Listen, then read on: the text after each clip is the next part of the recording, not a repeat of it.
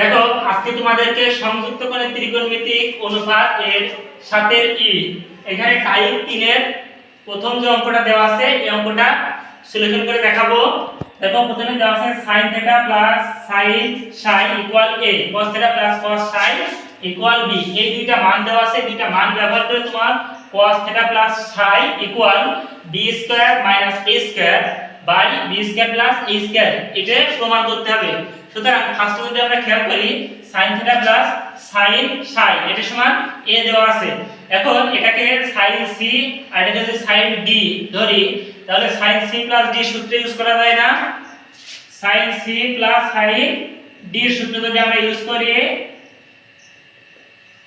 এখানে sin c sin d সূত্র কি 2 sin c d/2 অর্থাৎ θ psi/2 into cos of c d/2 অর্থাৎ θ psi/2 ইকুয়াল a হচ্ছে। এটা আমরা এক নম্বর সমীকরণ রাখলাম।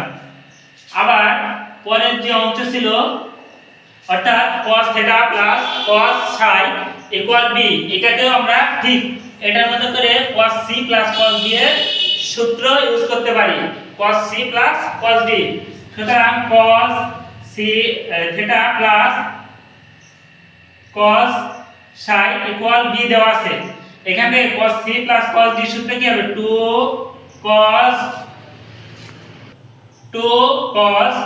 c d/2 তাহলে c d/2 যদি হয় খেয়াল করো θ psi/2 into cos c d/2 অর্থাৎ θ psi/2 ইকুয়াল b।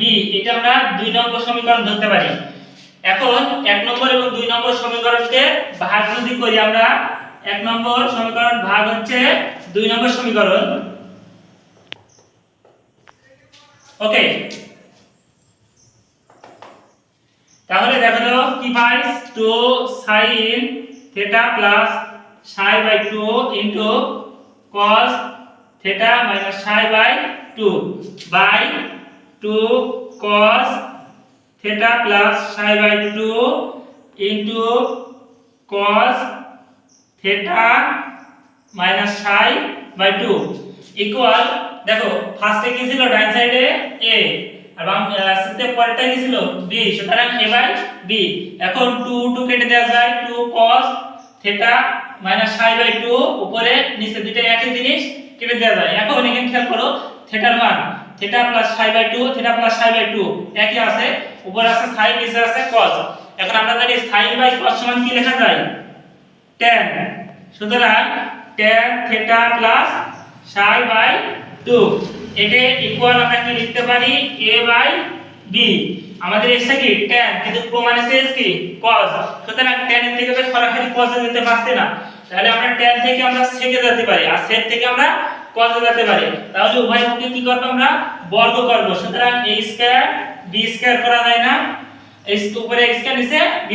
এখন tan² θ সমান আমরা কি লিখি tan² θ সমান sec² θ - 1 সুতরাং θ psi/2 - 1 এটা ইকুয়াল হচ্ছে a²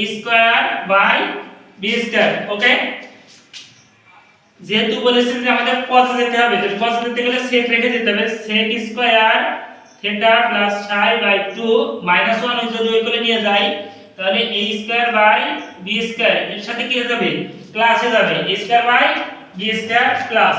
সুতরাং ডান সাইডে দেখি আমরা sec² θ psi/2 ইকুয়াল যেহেতু 1 যোগ করছি তার মানে কি শুধুমাত্র যোজন করা, যোজনও বলা যায় বা ভগ্নাংশ কে তোমার সরাসরি লসাগুর সাহায্যে আমরা সাধারণ ভগ্নাংশে প্রকাশ করছি। সুতরাং a² b² বাই নিচে কি থাকছে অনলি b²। এখন আমরা sec² সমান সরি এই জায়গা থেকে যদি আরেকটু কাজ করি আমরা তাহলে আমাদের আর একটু সুবিধা হবে। খেয়াল করো 1/sec² সেটা সমান কি 1/cos² θ অর্থাৎ 1/cos² θ psi/2 লেখা যায় না। আচ্ছা এটা যদি এই উভয় পাশে আমি উল্টাই ভগ্নাংশকে ব্যস্তকরণ করি সুতরাং কি হবে cos² θ theta plus psi by 2 equal B square by A square plus B square. এখন আমাদের তো চেয়েছে শুধু cos, আমাদের মাথায় স্কয়ারও চাইনি, আবার চেয়েছে cos এর সাথে থিটা প্লাস সাই। থিটা প্লাস সাই, তাহলে এখান থেকে 2 যদি বাদ দিতে হয় এবং cos যদি cos এর স্কয়ার বাদ দিয়ে শুধু cos নিয়ে আসতে যাই, তাহলে cos স্কয়ারের সূত্র আছে 1 মাইনাস sin স্কয়ারের, তাহলে সাইডে চলে যাবে, ওটা স্কয়ার বাদ দেওয়া যাচ্ছে না। সুতরাং আমরা আরেকটা সূত্র জানি, সেটা কি, যদি আমরা cos এর সামনে 2 নিতে পারি তাহলে 2 cos স্কয়ার থিটা সূত্র পাওয়া যাবে না।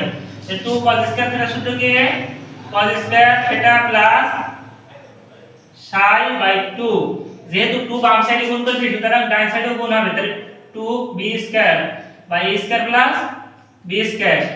এখন 2 cos স্কয়ার, খেয়াল করি, 2 cos square theta equal 1 plus cos 2 theta, 2 cos square theta 1 plus cos 2 theta, cos 2 theta. সুতরাং 1 plus cos of 2 into theta plus phi by 2 equal to b square by a square plus b square। এখন 1 টা যে যোগ আছে আমি ওগুলো নিয়ে গেলে কি করতে পারি, বিয়োগ করতে পারি। আর এখানে 2 2 কেটে দিলাম, থাকছে কি শুধু cos। দেখো আমাদের প্রমাণে cos ছিল, cos চলে এসেছে, আর এখানে থিটা প্লাস phi চলে এসেছে, অর্থাৎ বাম সাইডের কাজ আমাদের ক্লোজ হয়ে গেছে। এখন ডান সাইডের যে অংশ আছে প্লাস 1 এ গেলে -1, 2b square a square plus b square -1, অর্থাৎ এখানে আমরা কি করব, বিয়োজন করব। cos square theta plus psi by 2, এটাকে যখন বিয়োজন করছি একটু খেয়াল করে যদি 2b স্কয়ার বিয়োজন করলে a square minus b square, দুইটার আগে কি হবে মাইনাস আসবে, অর্থাৎ minus a square minus b square, আর নিচে হর থেকে যাবে b square a square plus b square.